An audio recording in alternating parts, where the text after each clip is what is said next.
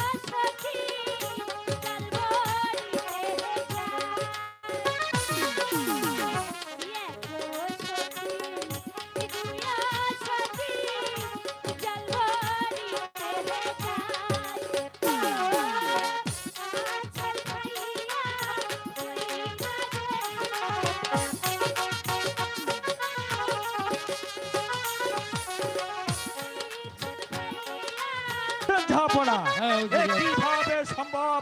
পৃথিবীতে এমন কোন পিতা আছে যে আপনার একমাত্র পুত্র শাহজাদা রহিমের বয়স 12 বছর, তার সাথে 12 বছরের কন্যাকে বিবাহ দিতে রাজি হয়ে বিবাহ বন্ধনে আবদ্ধ করবে? আমি কিছুই বুঝতে চাই না। আমি শুধু আপনাকে একটি কথা বলতে চাই, আমার পুত্রের বয়স যেদিন 12 দিন পূর্ণ হবে, সেই দিন যদি 12 বছরের যুবতী কন্যার সাথে আমার সন্তানের বিবাহ দিতে না পারিবে, তাই তো আমার সন্তানের অমঙ্গল হবে। আপনার প্রতি আমার আদেশ, আপনি এই নিরাশপুরের প্রত্যেকটা প্রজার ঘরে ঘরে যাবেন, সেই জন্য ঢাক ঢোল পিঠে ঘোষণা করে দেবেন আমার সন্তানের বয়স যেদিন 12 দিন পূর্ণ হবে, ঠিক সেই দিন এই নিরাশপুর রাজ্যে যার কন্যার বয়স 12 বছর পূর্ণ হবে, সে যেন তার কন্যাকে বধূ সাজিয়ে আমার এই নিরাশপুর রাজ আমি তাকে পুত্র বধূ বলে আমার সেই মহলে স্থান দেব। শুধু তাই নয়, যে পিতা মাতা তার 12 বছরের যুবতী কন্যাকে আমার 12 দিনের শিশুর সাথে বিবাহ দেবে, সেই পিতা মাতার নামে এই নিরাশপুরের প্রত্যেকের রাজত্ব প্রয়োজনে লিখে দেব। তবু 12 বছরের কন্যার সন্তান আপনাকে আমাকে করতেই হবে।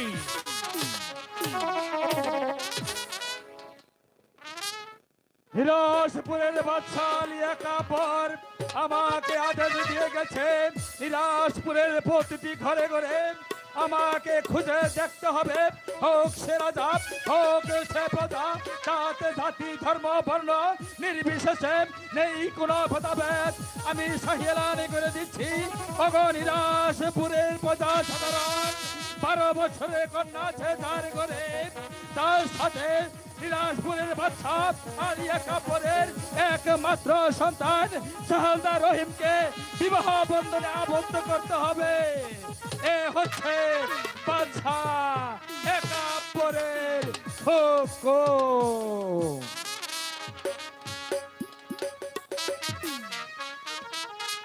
এ ভাই আপনি রাস্তা ক্লিয়ার করে রাখেন। এটা কি ব্যাপার? হ্যালো হ্যালো হ্যালো, সম্মানিত সুধী ভাই, আমরা দূরের থেকে এসেছি, আপনারা দয়া করে আজকে যে বইখানি উপভোগ করছেন এবং আমাদের ডাকে যে আপনারা আসছেন, সত্যি আপনাদের কাছে আমরা ঋণী।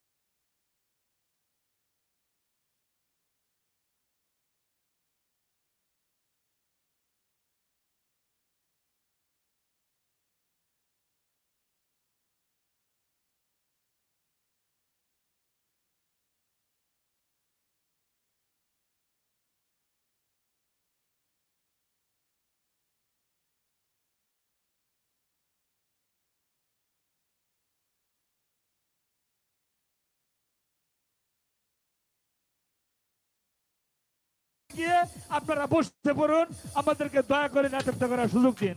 ধন্যবাদ, শুভরাত্রি।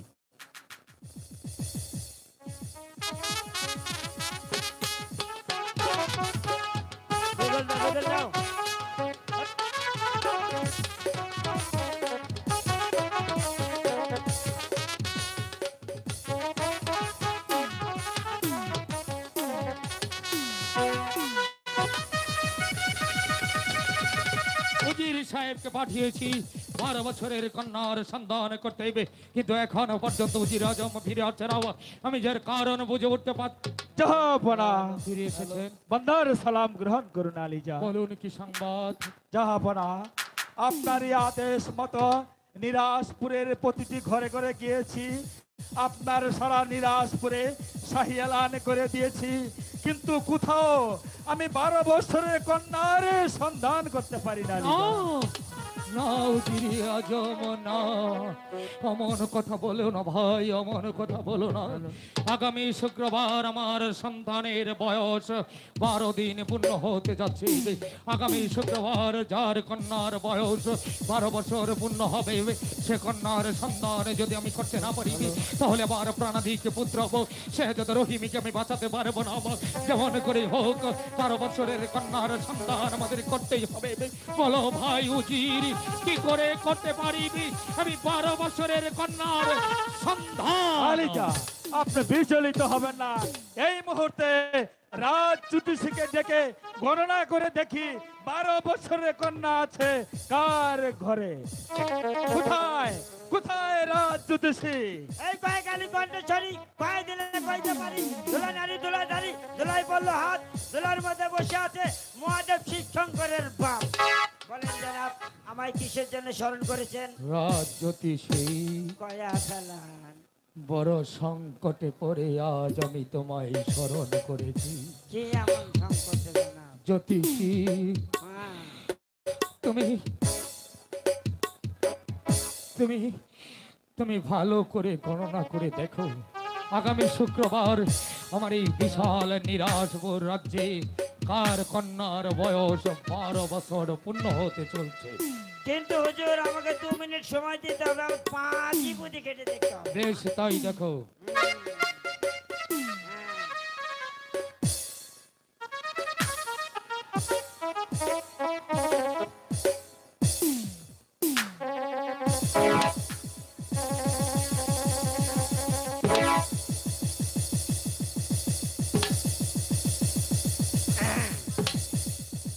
কয়া গালি কণ্ঠস্বরী কয় দিলে কইতে পারি।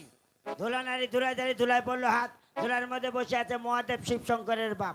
হরে কৃষ্ণ হরে 12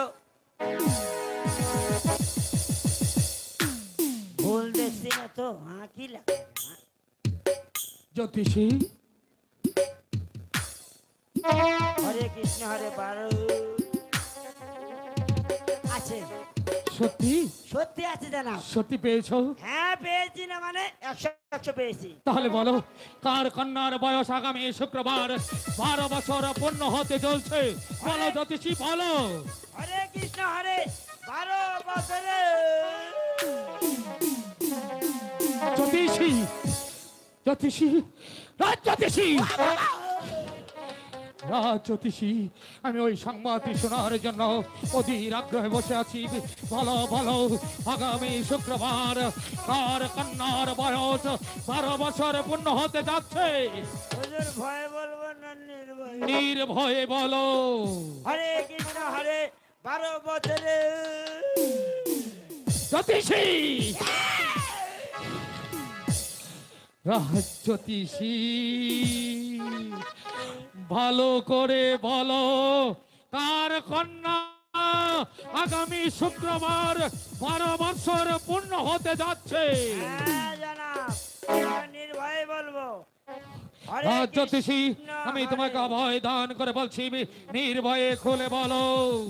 হরে কৃষ্ণ হরে 12 বছর। জানাব আর পাশে আসি না, মরে গেছি দেখেন তো। জ্যোতিষী, হ্যাঁ, কি হয়েছে তোমার? ও কথা বলতে কেন তো সংকটক সব বলো কি হয়েছে কার কন্যার বয়স আগামী শুক্রবার 12 বছর পূর্ণ হতে যাচ্ছে সেই কন্যা আমার পুত্রবধ হবে কেন বলতে পারছো না ভালো ভালো জ্যোতিষী ভালো হুজুর আর ভয় করবে না হরে কৃষ্ণ হরে 12 বছরের কন্যা আছে উজির সাহেবের ঘরে চুপ! আগামী শুক্রবার আসলে মা রূপবানের বয়স 12 বছর পূর্ণ হতে হয়ে যাও রাজজ্যোতিষী! বুয়া, বুয়া, বুয়া, বুয়া। চুপ!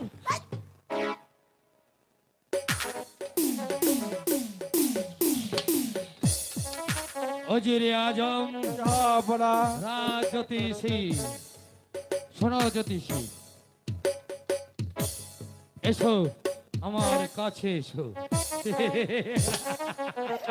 চুপ! শোনো জ্যোতিষী আজ যে খুশির সংবাদ তুমি আমাকে দিয়েছো তার জন্য আমি অত্যন্ত খুশি তাই যাবার পূর্ব মুহূর্তে আমার খাজানজি খানা থেকে তুমি তোমার ইচ্ছে মতো পুরস্কার নিয়ে তারপর যাবে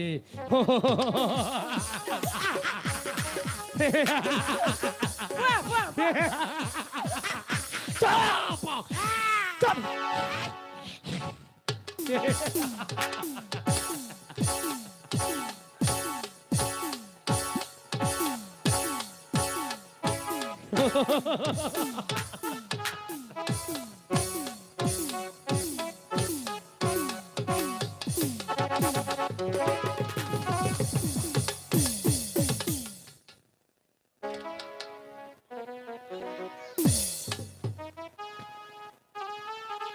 ভাই উজির জাহাপনা, দেখো ভাই দেখো কন্যা আমাদের ঘরে রেখে আমরা পাগলের মতো হন্যে হয়ে খুঁজে বেড়াচ্ছি চলো ভাই আর বিলম্ব না করে এই মুহূর্তে মা রূপবান ও শেহজাদা রহিমের বিবাহের কাজ আমরা দু ভাই মিলে মহা দমদামের সাথে সেরে ফেলি জাহাপনা,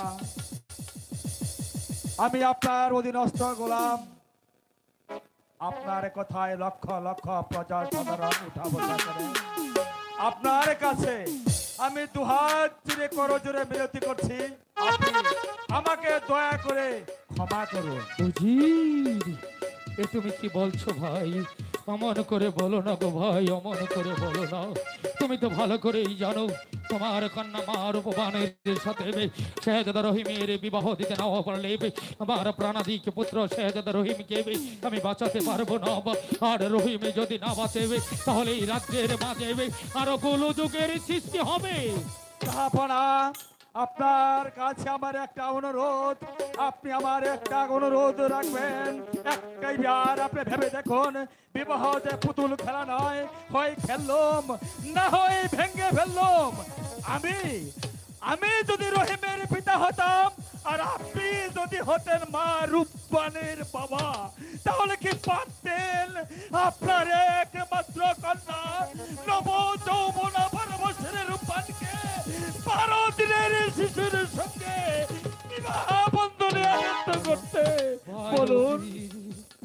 আমিও জানি 12 দিনের শিশুর সাথে 12 বছরের যুবতী কন্যার বিবাহ এ পৃথিবীর নজিরবিহীন ইতিহাস কিন্তু কি করব ভাই উপায় নেই ভাই উপায় নেই তাই তো আমি তোমাকে অনুরোধ করে বলছি মা রূপবানকে তুমি রহিমের হাতে তুলে দাও আমি বাদশা একবার তোমাকে বলছি আমার হিরে মুক্তা জহরত যা কিছু আছে সব তুমি আমার কাছ থেকে নিয়ে নাও প্রয়োজন বোধে এই এই এই মসনদ তুমি নিয়ে নাও তবু মা রূপবান দেবে শেহজাদা রহিমের হাতে তুলে দাও ভাই জাহাপনা, আপনি আমাকে বৃথা অনুরোধ করবেন না। আমি আপনার কাছে ক্ষমা প্রার্থী।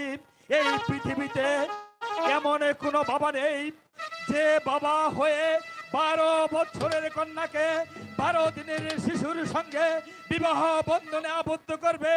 কোনো বাবা যদি এই পৃথিবীতে সম্মতি দিতে না পারে, কোনো বাবা যদি রাজি না হয়, তাহলে আমি রূপবানের বাবা হয়ে আমি কিভাবে আপনার প্রস্তাবে রাজি হব? ভাই আলিজা, আমি বাদশা নন্দন আজ পর্যন্ত কারো কাছে মাথা নত করিনি, শুধুমাত্র আমার সন্তানের জন্য, আমার সন্তানকে বাঁচিয়ে রাখার জন্য, একটি আব্বা হুজুর ডাক শোনার জন্য, আমার বেগমের মুখে হাসি ফোটানোর জন্য, নিরাশপুরীর প্রজাতির মুখে হাসি ফোটানোর জন্য শুধু মাথা নতই নয় ভাই, আমি বাদশা আলী একবার তোমার কাছে দুহাত পেতে মার উপমানকে ভিক্ষে চাচ্ছি ভাই, ভিক্ষে চাচ্ছি। মার উপমানকে তুমি শেহজাদা রহিমের সাথে বিবাহ দাও, আমাকে তুমি খালি হাতে ফিরিয়ে দিও না গো ভাই। তুমি যদি খালি হাতে ফিরিয়ে দাও, অন্য কোনো দরজায় গিয়ে আমি দাঁড়াতে পারবো না, কেন না খোদা তাআলা যে ও রত্ন কেবল তোমার ঘরেই দিয়েছে। জাহাপনা, এবার ভেবে দেখুন, আপনি সহিরান করে দিয়েছেন। আপনার প্রস্তাবে যদি আমি রাজি হই, মা রূপানীকে যদি আপনার একমাত্র পুত্র শেহজাদা রহিমের সাথে আমি বিবাহ বন্ধনে আবদ্ধ করি, তাহলে আপনি হিরে জহরত, মানিকে মুক্তা, ধন রত্ন, এমনকি নিরাজপুরের কিছু অংশ আমার একমাত্র কন্যা মা রূপানের নামে লিখে দিবেন। প্রয়োজনে নিরাজপুরের মস্তক দান করবেন। তবু একটিবার ভেবে দেখুন, আমি পিতা হয়ে কিভাবে আমার একমাত্র কন্যা মা রূপানের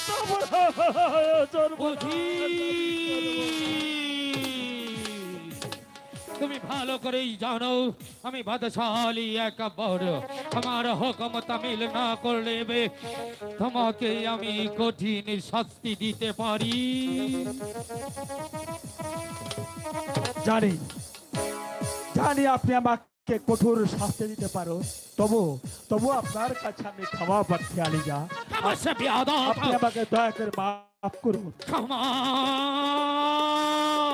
ক্ষমা ক্ষমা ক্ষমা, বারবার ওই একই শব্দ শুনতে হবে, আমার ভালো লাগছে না। আমি আমার সন্তানকে বাঁচাতে চাই, আমার সন্তানকে বাঁচাতে চাই, আর তুমি আমার বুক থেকে আমার সন্তানকে কেড়ে নিতে চাও। না না না, আমি কিছুতেই বরদাস্ত করবো না। তোমাকে আমি শাস্তি দেবো, শাস্তি কঠিন শাস্তি দেবো। তোমাকে আমি অন্ধকার কারাকক্ষে নিক্ষেপ করবো না। এই শাস্তিও তোমার জন্য যথেষ্ট নয়। যে অন্যায় তুমি করেছ, যে অপরাধ তুমি করেছ, আর শাস্তি হবে আর মর্মান্তিক, আর ভয়ঙ্কর, আর কঠোর। তোমাকে অন্ধকার কারাকক্ষে নিক্ষেপ করবে। প্রতিদিন তোমাকে আমি চাবুকের পর চাবুক বাহার করবো, তোমার বুকে আমি পাথর চাপা দিয়ে দেবো। তৃষ্ণায় তুমি আমার কাছে পানি চাইবে, আমি তোমাকে এক ফোঁটা পানি পর্যন্ত দেব না।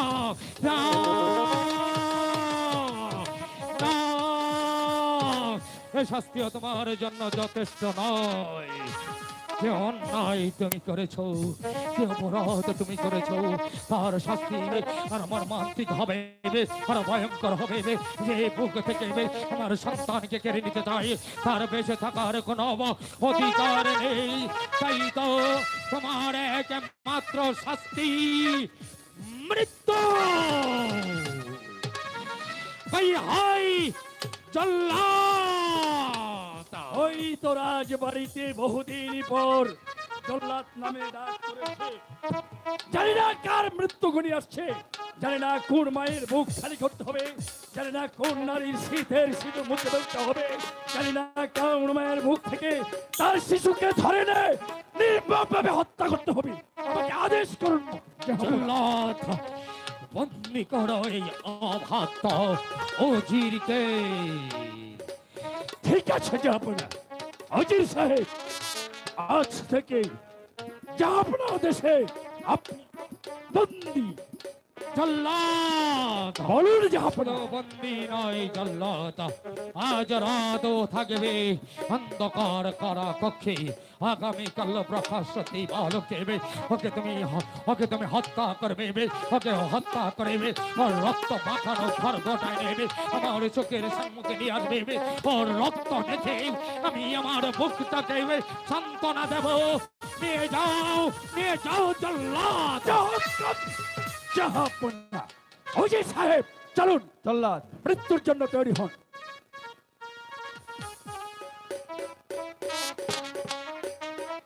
জাহাপনা, দয়া করে আপনি আমাকে চাকরি দিয়েছিলেন, আমি উজিরি পেয়েছিলাম, আমার নসিবে ছিল না। আপনি নিরাশপুরের বাদশা আলী একাবর, আপনার হুকুমে লক্ষ লক্ষ রাজ কর্মচারী উঠা বসা করে, আপনার নাম শুনলে বাগে মহিষে কাঠে জল খায়, আপনার নাম শুনলে নিরাশপুরের প্রজা সাধারণ থরথর করে কেঁপে উঠে। তাই তো আমি আপনার আদেশ প্রত্যাখ্যান করেছি। আমি রাজদ্রোহী, আপনি আমাকে জল্লাদের হাতে তুলে দিয়েছেন, তাতে আমার কোনো দুঃখ নাই। আপনি আমাকে নিক্ষেপ করেছেন অন্ধকার কারাকক্ষে, অন্ধকার কারাকক্ষে নিক্ষেপ করার পর আপনি আমার বুকের উপর দিয়ে রাখবেন পাথর চাপা।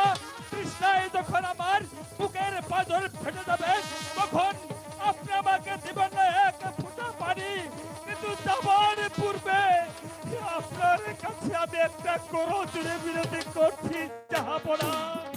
আমার মৃত্যুর পরে আমার একমাত্র কন্যা মার উপরের উপর এতটুকু নির্দয় আপনি হবেন না, মার উপরের উপর এত অত্যাচার আপনি করবেন না। তাই তো আপনার আদেশে আমি চলে যাচ্ছি জল্লাদের সাথে।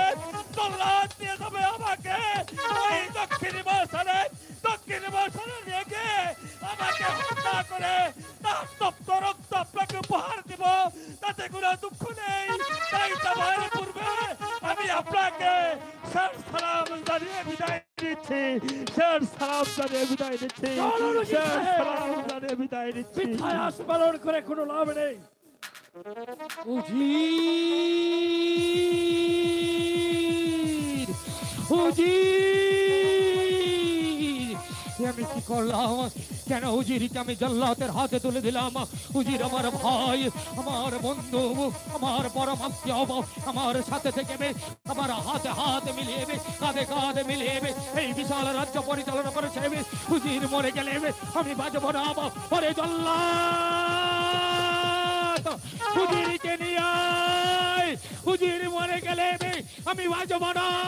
নিয়ে আয় জল্লাদ, নিয়ে আয় উজিরকে নিয়ে আয়। কার জন্য কাঁদছি? উজিরের জন্য। কিন্তু কেন কেন কাঁদবো আমি উজিরের জন্য? ওই উজির আমার বুক থেকে আমার সন্তানকে কেড়ে নিতে যাচ্ছে, আমার সন্তানকেও বাঁচতে দেবে না।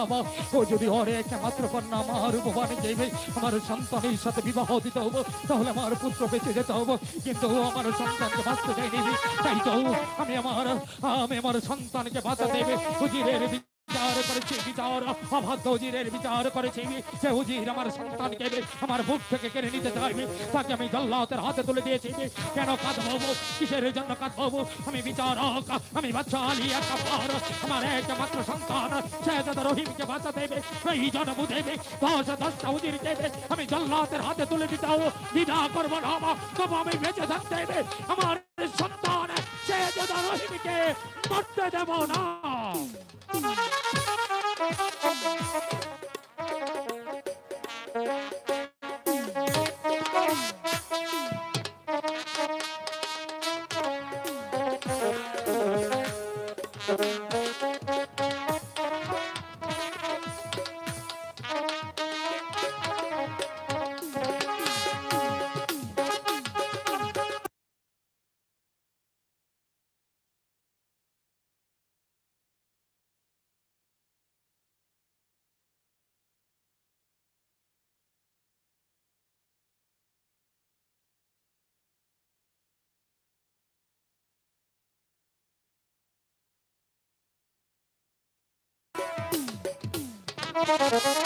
চল সখী চল।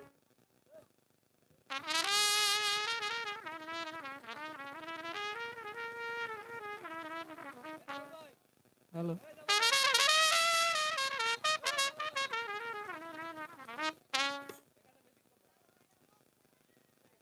হ্যালো সখী, এত করে বলো আজ আমার মনটা ভালো নেই, তোরা গোছল দিয়ে আয়, আমি যাব না।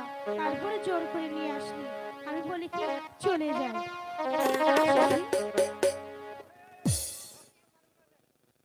না সখী, আমরা তিনজনে একসাথে গোসল করে যাব। ঠিক আছে, যখন এত করে বলছিস, যখন চলেই এসেছি অবশ্যই গোছল করে যাব।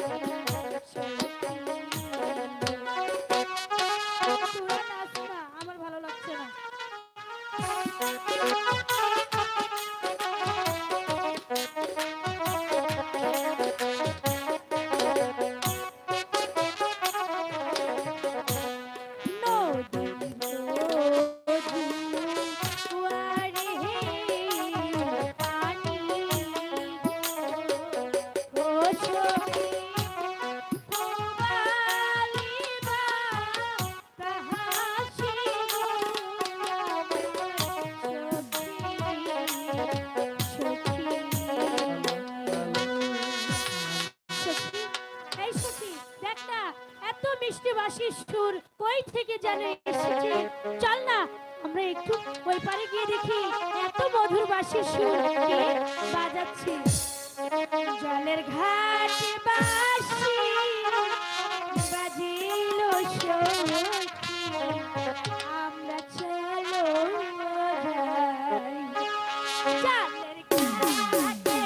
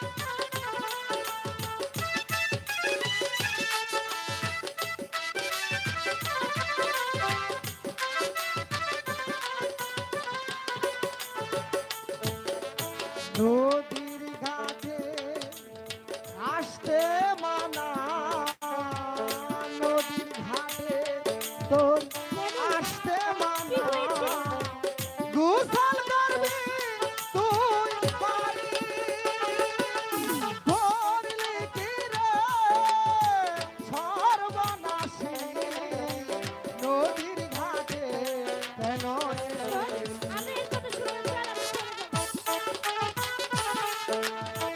আমাকে যেতে দাও না, চলে যাব।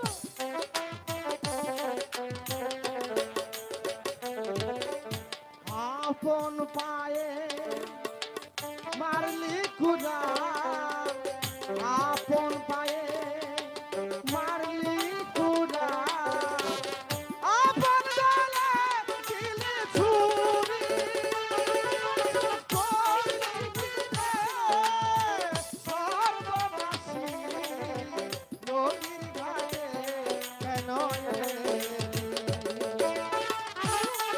চুরি করে যাবে কেন? পাগলটা কিছুতেই দেবে না।